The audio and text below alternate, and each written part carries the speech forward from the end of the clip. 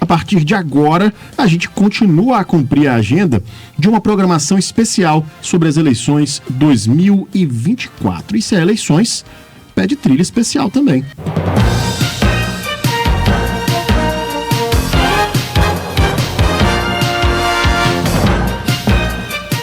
O Band News Amazônia, a primeira edição, continua com a série de entrevistas com os pré-candidatos e as pré-candidatas à Prefeitura de Manaus. Eu digo o Band News Amazônia, primeira edição, porque essa cobertura especial de eleições já está rolando aqui na Band News Difusora há algum tempo, inclusive com entrevistas com pré-candidatos e pré-candidatas.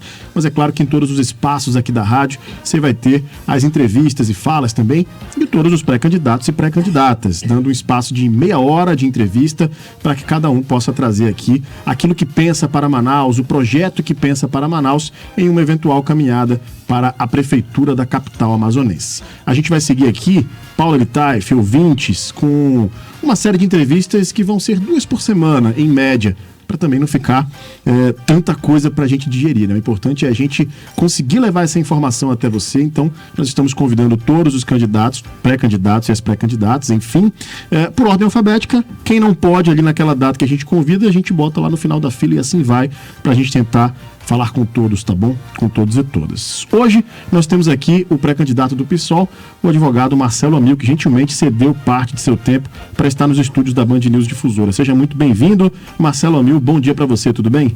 Bom dia, querido, um prazer estar aqui na Band News, um prazer e um anseio, né, que eu sou ouvinte da Band News desde a estreia em Manaus, dia 24 de outubro de 2017. Olha, ele sabe a data certinha. Aniversário de Manaus. Ele é fã. Eu acompanhei, exatamente, eu acompanhei. Fã mesmo. Sou fã mesmo e uma honra estar aqui. Mas, além de uma honra, uma alegria poder estar aqui para falar de Manaus, nossa cidade onde a gente vive, onde eu nasci, me criei, onde eu quero ser enterrado. Espero que demore muito ainda para ser enterrado, mas é aqui que eu quero estar. E falar de Manaus é sempre uma alegria. Obrigado pelo convite. Bom, a gente está aqui, eu, Paula, a Diane Brissol, que nesse momento está num recesso.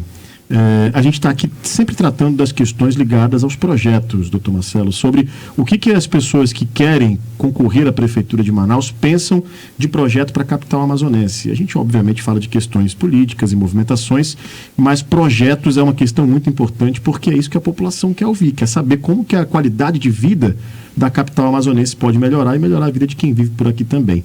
E a primeira pergunta que eu gostaria de lhe fazer é como o senhor vê uma administração para a cidade de Manaus. O que seria uma administração do PSOL, de Marcelo Amil? Que projetos que o partido, que o senhor tem para a capital amazonense e o que seria prioridade numa eventual prefeitura do senhor para a população da capital? A prioridade é olhar para as pessoas, é mudar o olhar da cidade. Hoje Manaus olha para um lado e Manaus precisa olhar para o outro, que é justamente o lado que mais precisa do olhar do poder público. E para fazer esse olhar com qualidade, esse olhar de forma apurada, você precisa descentralizar a administração. Manaus tem 2.200.000 habitantes, isso é 50% da população do Amazonas, e Manaus tem hoje toda a sua administração concentrada na sede na Compensa, nas secretarias. Manaus já tem porte e tem a necessidade de ter subprefeituras, de descentralizar o poder, de ter um órgão do executivo direto que concentre o acesso aos serviços do município, que concentre o acesso a todos os órgãos do Poder Executivo, administração direta e indireta, na Zona Norte, na Zona Leste, na Zona Sul, Zona Leste 1 e 2. O modelo de estruturação dos conselhos tutelares, ele é muito válido, porque o que ele tem? Ele prevê um conselheiro tutelar para cada grupo de pessoas, e aí ele divide a zona. Você tem a Leste 1, Leste 2, deve estar em estudos ainda a criação da Leste 3. Você tem Norte 1, Norte 2, então a prefeitura ela precisa seguir esse modelo de administração para facilitar. O que acontece em São Paulo, por exemplo, com as subprefeituras? O que acontece em São Paulo, o que acontece, não com o nome de subprefeitura, mas acontece em Porto Alegre, acontece no Rio de Janeiro, acontece em grandes cidades do mundo. Buenos Aires, você tem os subdepartamentos lá que cuidam desse tipo de administração. Então é uma tendência de grandes cidades mundiais, e Manaus é uma grande cidade mundial. O orçamento de Manaus, se você for botar na ponta do lápis, ele é maior do que de alguns países da África. Então, a gente tem que passar a entender Manaus como a capital da Amazônia, como uma cidade do mundo e passar a buscar soluções que sejam referência para o mundo. E essa descentralização da administração não é nem algo novo, é algo que já é feito nas grandes cidades do país e do mundo desde os anos 90, desde os anos 80. Então, Manaus precisa remar para o futuro, que a gente ainda está preso nesse aspecto a práticas do passado. Marcelo, esse perfil de descentralizar o poder faz muito parte do alinhamento político, do pensamento político do PSOL. Né? Só para a gente lembrar aqui, o PSOL ele nasceu de uma dissidência do PT, do Partido dos Trabalhadores, em 2004, justamente com essa ideia de descentralização do poder. Mas também é um partido de esquerda.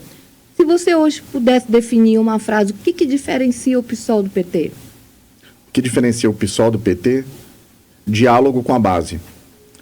Eu entendo que hoje o PSOL ele se dispõe mais a fazer esse diálogo com a base, a entrar nas periferias. A gente tem uma plataforma de sistematização das discussões que o partido faz na comunidade, chamada Direito ao Futuro. E isso está disponível no site do PSOL, está disponível para toda a sociedade colaborar. Então, de principal diferencial, eu colocaria hoje que o PSOL está se dispondo e executando a fazer algo que o PT fez com maestria nos anos 80. O PT não chegou ao poder à toa. O PT tinha um diálogo muito forte, muito positivo e muito profícuo com as bases, com a comunidade, com o povo que não tem voz. Infelizmente, com o tempo, isso é uma discussão histórica que o PT vai ter que fazer, que a gente, enquanto militante do campo de esquerda, do campo progressista, a gente também está fazendo. Mas há um consenso de que o PT precisa resgatar isso. E eu espero que resgate, porque o PT é um partido imprescindível ao Brasil. Mas, nesse momento, o pessoal ele tem esse diálogo mais aprofundado. Até mesmo por isso a gente está experimentando um crescimento, até mesmo numa segmentação que é tida pela sociedade como oposta, que são as igrejas evangélicas. Por exemplo, o pessoal tem o pastor Henrique Vieira, que é deputado federal, que é um cara inteligentíssimo, é um cara que as falas dele, elas são... Eu acompanho ele muito. Exatamente, um cara inteligentíssimo, é um cara que defende práticas de Estado sem negar a fé dele. Ele mostra que há uma clara diferença entre eu posso defender práticas de comunhão, de divisão, de socialismo, e eu posso não negar a minha fé. Até porque, Paulo, até comentei no Twitter um dia desses, a palavra comunismo e a palavra comunhão, elas dizem a mesma coisa. É aquilo que é comum, dividido. E, infelizmente, plantou-se na sociedade essa questão, comunista é avesso à religiosidade. Houve uma demonização, né, do conceito do que é a palavra. Sim, de fato. E a liberdade religiosa no Brasil, ela foi instituída através de uma emenda à Constituição de 34, proposta por quem? Pelo deputado Jorge Amado, o escritor, que era membro do Partido Comunista. Então, a gente precisa combater esse estigma e o pessoal está conseguindo dialogar com esse segmento da sociedade, porque não dá para ignorá-los. Eles são um segmento relevante, eles têm poder de mobilização e de organização e eles fazem parte da sociedade. Então, se a gente quer interagir com a sociedade, se a gente quer influenciar na sociedade, a gente tem que estar disposto ao diálogo com todos os campos da sociedade. E o pessoal tem cumprido essa missão, por isso que a gente tem conseguido um crescimento muito bacana. Aqui em Manaus, a gente, ainda falando dessa questão mais da linha política, né, da linha ideológica mesmo, aqui em Manaus a gente tem costumado falar que é uma cidade bolsonarista, né? Os números mostraram isso na última eleição. O ex-presidente Bolsonaro teve maioria de votos na capital, diferentemente do interior, e há quem diga que essa corrente tem mudado um pouco, até pelo último evento agora, com a participação do ex-presidente, que teve menos gente do que o esperado pela organização. Mas ainda assim, a gente ainda ouve muitos comentários, e isso fica muito claro para a gente aqui nos comentários no WhatsApp, nos comentários na nossa live, por exemplo, quando a gente vai entrevistar pessoas ligadas à corrente mais à esquerda, como o PSOL, o PT, o PCdoB, a gente teve o Heron aqui outro dia, as pessoas ainda demonstram muito aquela resistência ainda, aquela rejeição. Como convencer um eleitorado, doutor Marcelo, como convencer de que não é isso, de que não se trata disso os partidos de esquerda, e como é que se pode lidar com uma cidade que tem essa rejeição e que claramente tem essa preferência à direita?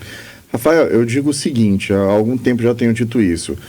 Se aparecer um vídeo hoje do Bolsonaro na noite de Natal, de coturno, dando um chute na boca de uma idosa do lado de uma árvore de Natal, vai ter uma parcela da sociedade que vai continuar apoiando ele. Com esse pessoal não tem conversa, tem combate institucional. Estou dizendo para sair para a barbárie. É debate institucional. Passaram dos limites, processa. Querem propagar hipocrisia, como o Alberto Neto fez no debate da OAB, dizendo que porque aquilo não era Constituição. Mentira. Alberto Neto votou para tirar da cadeia um miliciano, bandido, membro de quadrilha. E aí, então, esse combate institucional, ele tem que ser feito. Mas ainda com esse combate, vai ter uma parcela da sociedade que vai continuar apoiando o Bolsonaro. Então, esse pessoal tem que ser derrotado nas urnas, esse pessoal tem que ser derrotado institucionalmente, porque esse é o caminho da sociedade. Quanto aos demais, eu estou plenamente convencido, Paula, que a forma de combater o bolsonarismo, de diluir esses 62% de bolsonaristas que se estima que tem em Manaus, é com a verdade. É chegar e mostrar, beleza, vamos lá, comparar, tu defende o Bolsonaro. Por quê? Porque ele foi o melhor presidente. Ele fez o quê pelo Amazonas? Ele fez o quê por Manaus? O que a família Bolsonaro fez durante a crise do oxigênio, que é um dos episódios mais nefastos da história da nossa cidade. Absolutamente todo manauara ou perdeu alguém ou conhece alguém que perdeu alguém durante a pandemia. E a crise do oxigênio foi um filme de terror que a gente viveu. E por que a gente viveu aquele filme de terror? Porque a gente tinha o clã Bolsonaro incentivando o desrespeito às medidas sanitárias, que o Wilson Lima não teve peito para enfrentar a família Bolsonaro e garantir o cumprimento, como fez o prefeito de Sorocaba, o Edinho Silva. Então, nessa falta de coragem que o governador teve para enfrentar o auge do bolsonarismo, a gente teve a população desrespeitando medidas sanitárias, a gente teve como consequência disso uma explosão de casos de Covid em Manaus, e a gente teve aquela tragédia que foi a crise do oxigênio. E no momento em que a população começava a desrespeitar as medidas sanitárias, você tinha aquele delinquente daquele Eduardo Bolsonaro dizendo parabéns ao povo, está mostrando quem é que manda. E aí, na hora em que a gente estava sufocando aqui, afogando no seco, sem oxigênio, eles simplesmente nos ignoraram. Para depois, 4 anos depois, o marginal do Bolsonaro vir na Arena da Amazônia dizer que mandou oxigênio. Mentira. Tem uma inquirição emblemática no Senado, que foi feita pelo Randolfo Rodrigues ao ex-chanceler do governo Bolsonaro, em que ele perguntava, o senhor pediu oxigênio da Venezuela? Não. O senhor ajudou a trazer o oxigênio que a Venezuela mandou? Não. O senhor ligou para agradecer a Venezuela? Não. E a Venezuela era o único acesso terrestre que nós tínhamos. Mesmo assim, o governo da Venezuela, e eu não estou defendendo o governo da Venezuela, eu estou falando de um governo que se dispôs a fornecer oxigênio para nós quando a gente estava morrendo. Quando os nossos pais, os nossos amigos, os nossos colegas estavam morrendo afogados no seco. O mínimo que se esperava seria um obrigado, nem isso teve. Então eu estou convencido que no momento em que você tiver um espaço efetivo de debate para comparar o que o governo Bolsonaro fez por Manaus, o que os governos progressistas do Lula e da presidenta Dilma, que é uma mulher honrada e a história lhe fez justiça, eu digo em toda entrevista que eu vou, ela está onde merece, na presidência de um dos maiores bancos do mundo, que é uma mulher íntegra e honrada. No momento em que você faz esse comparativo, esse número vai diminuir, porque o manauara ele não é burro, a gente não é bobo, a gente pode errar algumas vezes coletivamente, mas o erro faz parte do processo de crescimento. Mas eu não tenho dúvida, no confronto de números, de dados, de posições, a gente vai dissuadir o bolsonarismo. Agora, Marcelo, eu falei com o Heron Bezerra a respeito da comunicação da esquerda. Como que a comunicação da esquerda ficou para trás em relação à abordagem, em relação à narrativa, em relação ao posicionamento? Você se posiciona bem, se comunica bem. Obrigado. Marcelo Ramos também. O problema e a gente fala da base em si, de quem multiplica essas informações. E a gente sabe que redes sociais agora são estratégias, vídeos, e aí a gente precisa também, segundo, né, o que colocam os especialistas, seguir o tal do algoritmo, e tem que ter uma técnica. A direita ela tem feito isso muito bem. A direita ela tem um discurso que é um discurso objetivo, rápido, que não detalha muito. E mentiroso. Isso acaba, e muitas vezes, com fake news, isso acaba ali tomando melhor o internauta. E aí a gente tem um exemplo disso, Nicolas Ferreira, deputado federal. A forma como ele trata, já está sendo acusado aí, responde por homofobia, transfobia e entre outros crimes contra a vida humana, né? A dignidade humana, na verdade. Eu queria saber como que você pretende trabalhar melhor essa comunicação de esquerda, tendo em vista que ficaram, e aí eu coloco a esquerda, né? Os membros da esquerda ficaram muito a dever isso nos últimos 20, 30 anos? Paula, isso não é uma peculiaridade da esquerda no Brasil. O mundo inteiro está discutindo essa epidemia de fake news que a gente vive. E essa discussão não é de agora. Eu estava lendo um livro do Fernando de Roterdã, meu Deus, me fugiu a mente, depois eu te passo o nome do livro, em que ele falava que no século XVIII as notícias falsas nas eleições já eram um problema na Europa. Então, isso é algo antigo que não foi combatido a tempo, foi jogado para debaixo do tapete e a gente está vendo a consequência hoje. Agora, a gente se debruça sobre isso. Durante muito tempo eu achei que simplesmente, a gente está errando na comunicação. Os caras dominam muito bem, eles são geniais, eles estão à frente, só que tem um diferencial. A comunicação que a gente faz no campo progressista, e eu não vou nem até o campo progressista, eu vou até o campo democrático. Primeiro, por que eu friso o campo democrático? Porque o Geraldo Alckmin não é do campo progressista. Sim, verdade. O Amoedo não é do campo progressista. A Simone Tebet não é do campo progressista, mas todos esses são do campo democrático. Então, a comunicação que o campo democrático faz, ela é baseada em falar a verdade. E agora, para cada fato, você tem uma verdade, mas você tem infinitas possibilidades de mentiras que agradam a determinados públicos que não gostam daquela verdade. Então, isso facilita muito o trabalho da extrema-direita. Qual é o caminho que a gente tem para combater isso? São as ferramentas institucionais, que eu tenho dito, estão faltando ao Brasil há muito tempo. No momento em que o Marginal saiu da presidência, a gente teve o exemplo do Daniel Silveira. Daniel Silveira perdeu a imunidade parlamentar no dia 1º de fevereiro de 2023, depois das eleições. No dia 2 ele estava preso, que já tinha sentença, tudo bem.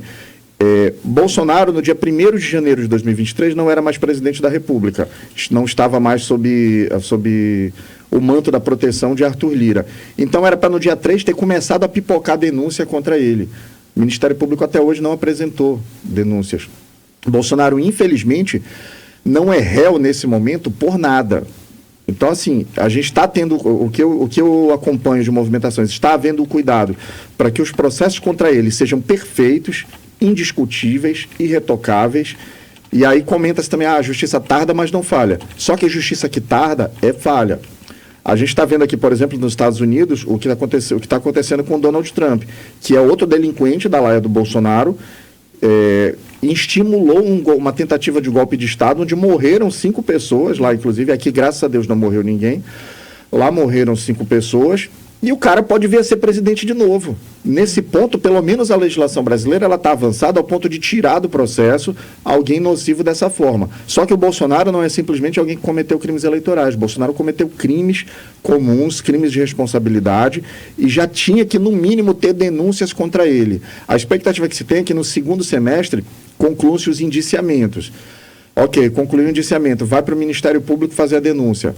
Aí o Ministério Público vai denunciar, depois disso recebe a denúncia. Bolsonaro está com 68 anos, aos 70 a prescrição cai pela metade.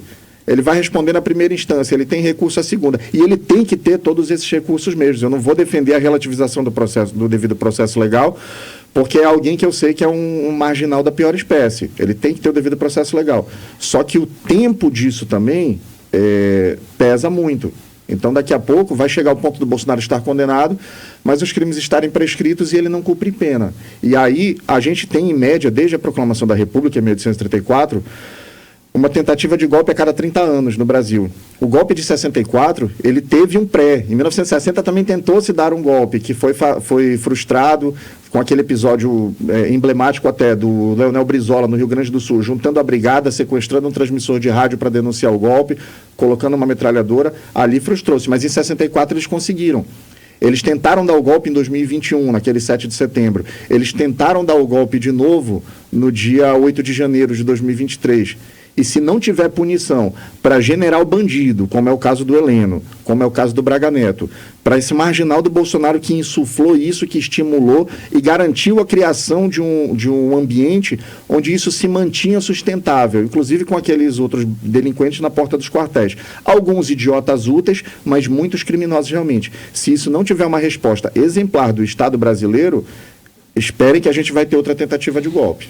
Bom, são 9 horas e 25 minutos. Você que está acompanhando a Band News Difusora em 93.7 ou no bandnewsdifusora.com.br, aplicativos Band Play, Band Rádios e nas lives, no canal no YouTube e no Facebook. A gente está entrevistando Marcelo Amil, pré-candidato à Prefeitura de Manaus pelo PSOL, que está trazendo aqui as visões dele, trazendo aqui as opiniões dele em relação à política nacional. E é claro que essas conjunturas, essas opiniões do senhor, doutor Marcelo, são importantes para o eleitor conhecer como cada pré-candidato pensa também. Mas eu gostaria de puxar novamente aqui a entrevista para a questão dos projetos para Manaus. A gente tem ouvido muitas reclamações, por exemplo, de infraestrutura ligadas ao asfaltamento de ruas, a falta da transparência, por exemplo, em relação ao Asfalto a Manaus, que prometeu 10 mil ruas asfaltadas e tem gente questionando, né, que nunca recebeu, nunca foi contemplado. E uma pergunta que a gente precisa fazer, que é uma pergunta que ouvintes têm se feito, é por que é tão difícil o cumprimento dessas promessas e como que se pode dar mais transparência a essas obras de infraestrutura e ao que é feito com o orçamento público da cidade para melhorar a qualidade de vida da população. Então fica essa pergunta: o que seria prioridade em uma eventual prefeitura do senhor? Como dar transparência à utilização desses recursos públicos e também até das contratações, né? Falo de contratos com outras empresas, com servidores que prestam serviço. O que seria de prioridade para a infraestrutura da cidade melhorar e como tratar isso com transparência, como cumprir as promessas que são feitas? Rafael, se você procurar aí no YouTube vídeos da campanha eleitoral para a Prefeitura de Manaus em 1996... você vai ver que lá estavam propondo soluções, dizendo que iam resolver os mesmos problemas que continuam existindo hoje, em 2024, e estão se propondo de novo a resolver e a fazer, e não resolvem. Os problemas de Manaus, eles têm soluções. Manaus não é uma cidade pobre. Manaus é a quinta cidade mais rica do Brasil em produto interno bruto. São 9 bilhões e 88 milhões de recursos que a Prefeitura Municipal de Manaus tem para tocar a cidade. O que falta é vontade política e eleição de prioridades. Te dou um exemplo objetivo de números. A gente tem há décadas um sistema de transporte coletivo que é gerido pelas mesmas empresas, que a cada vencimento de processo licitatório, elas mudam de nome, elas mudam de cor, mas as garagens são no mesmo lugar, são as mesmas empresas, e eles dizem, está dando prejuízo. Em 2023, o município de Manaus pagou só de subsídio, Paula, para as empresas de ônibus, 533 milhões de reais. Com 533 milhões de reais, você, com menos que isso, com 516 milhões de reais, você construiria a linha 1 do VLT, saindo do Lago Azul, que é só o Viver Melhor da Barreira, é a quinta maior cidade do Amazonas, são mais de 80 mil pessoas morando ali. Você construir uma linha do VLT que custa 14 milhões por quilômetro, saindo do Lago Azul e chegando à Bola do Coroado, fazendo esse trajeto em 17 minutos, com qualidade, com cada composição de trem levando cerca de 700 pessoas, com qualidade, com climatização, diminuindo a emissão de carbono. Só que no momento em que tu faz isso, tu tira dinheiro do Sinetran. Tu deixa de mandar dinheiro para empresário de ônibus. Então, o lobby pesa muito. Hoje, o sistema de transporte coletivo de Manaus, ele não é gerido pelo IMTT. Ele está numa sala lá dentro da sede do Sinetran, na Constantino Neri. Então, isso precisa ser revisto. O poder público tem que assumir suas funções de poder público e é uma bola de neve. No momento em que você criou uma alternativa de transporte público eficiente, você diminui a emissão de carbono, e isso insere Manaus no debate mundial sobre o clima do mundo. Você tira carros da circulação, então você vai desafogar o trânsito e você começa a movimentar a máquina para olhar para o lado que mais precisa. 533 milhões para manter um sistema de transporte público deficitário, ruim, que não atende ninguém, que não é alternativa. Ninguém em sã consciência na cidade de Manaus quer andar de ônibus. Ninguém quer andar. Quem pode, compra o seu carro, compra a sua moto. As pessoas até entendem, poxa, eu queria poder andar mais de bicicleta, mas eu não tenho ciclovia. Eu queria poder deixar meu carro em casa, pegar meu ônibus, meu transporte público, ir para o meu trabalho e voltar, mas não é uma opção em Manaus. Então, esse olhar, ele precisa ser alterado. Um outro ponto que é interessante também é seguir os bons exemplos que o governo federal vem dando. O governo federal lançou agora o projeto Pé de Meia, que é um estímulo para que o jovem termine o ensino médio. No final ele vai ter, salvo engano, são 3 mil reais disponíveis para ele começar a vida dele, para ele dar entrada numa faculdade, para ele tentar começar um empreendimento. O município tem como interferir nisso. Vamos pegar todos os jovens que estão no ensino fundamental 2, de 5º ao 9º ano, vamos fazer o Pé de Meia municipal também. para garantir que quando ele terminar o ensino médio, para servir como um estímulo, que ele tenha um recurso para utilizar mais na frente. Somando esse pé de meia municipal com o pé de meia nacional, a gente vai ter jovens que vão sair da escola com perspectiva. E a gente vai além também, é algo que o pessoal que eu venho defendendo já desde 2020. Por que não ter uma universidade municipal? Existem municípios no Brasil que tem, Barueri tem, com ótimos resultados, São Caetano do Sul. Então, vamos criar uma universidade municipal para dar mais opções ainda para os nossos jovens, para garantir que todo jovem, todo garoto, toda garota que termine o ensino médio, que ele tenha mais ainda uma opção de ensino público e de qualidade para poder ter ferramentas para a sua vida. Eu sou prova disso, que o que muda a vida de alguém é a escola. Eu tive uma infância muito humilde, trabalhei bastante, mas foi muito divertida a minha infância também. E o diferencial para eu poder hoje estar aqui no estúdio da Band News, conversando com você, conversando com a Paula, foi eu ter tido a oportunidade de estudar. Então isso tem que ser universalizado. Esse olhar a gente vai fazer para Manaus. A gente vai deixar de... O olhar de Manaus hoje ele está virado só para um lado. A gente vai olhar para cá também, porque também precisam, são manauaras, são pagadores de impostos, precisam de qualidade de vida, mas aqui já tem. Vamos olhar para quem tem menos. É o conceito que a gente aprende na Faculdade de Direito, da diferença entre igualdade e equidade. A gente vai tratar Manaus com equidade. Quem precisa de mais, vai ter mais. Quem precisa de menos, vai ter menos. E a gente conseguindo igualitarizar, dar uma qualidade de vida para todo mundo, é melhor para todo mundo e a gente vai ter uma cidade melhor. Marcelo, não sei o tempo aí, Rafael, me fala. São 9 horas e 32 minutos, a gente vai até 9h37. Eu posso ficar até meio-dia. Até meio-dia? Mas entra aí a programação nacional, só para eu me situar aqui. Vamos até 37. Até 37? 5 minutinhos. Marcelo, vamos lá. Você falou dos projetos, da importância, inclusive, de a Prefeitura de Manaus seguir exemplos do governo federal em relação ao projeto Pé de Meia, que sim é uma grande iniciativa, mas a gente está falando de dinheiro. Uhum. A Prefeitura de Manaus tem passado aí explicitamente por uma crise econômica, pedindo empréstimo, implorando por empréstimo.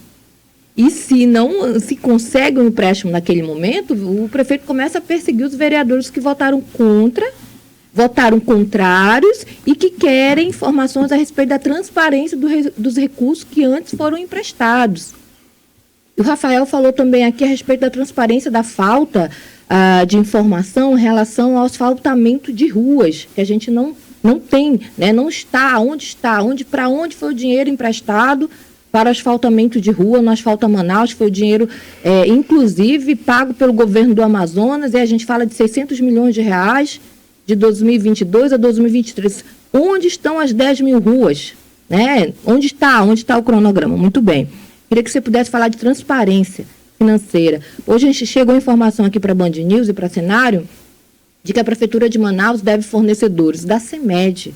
E a gente fala aí de mais de 100 milhões de reais. Mas também a gente tem informação que a Prefeitura de Manaus não cobrou 100 milhões de reais de um grande empresário chamado de Gregório, que é dono da empresa Superterminais, que é justamente 100 milhões de reais que ganhou na justiça, mas não foi lá e não cobrou a dívida tributária e a gente não sabe o motivo.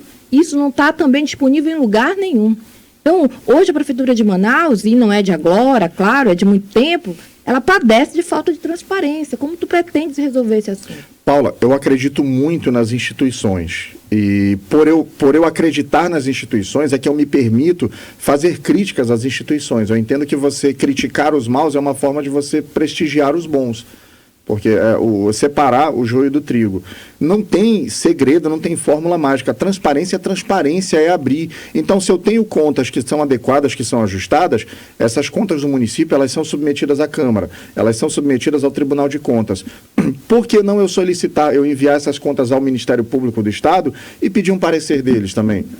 Eles são trabalhar em parceria com os órgãos de controle, isso, seria uma proposta. O Ministério Público é o dominus litis, é o dono da ação penal. Se há algum ilícito sendo cometido, a denúncia cabe ao Ministério Público. Então, as contas que você mandou para a Câmara, as contas que você mandou para o Tribunal de Contas, manda para o Ministério Público também, para ele emitir um parecer, para ele se manifestar, e se ele identificar algum crime, alguma falha de algum gestor, denuncie e puna que responda.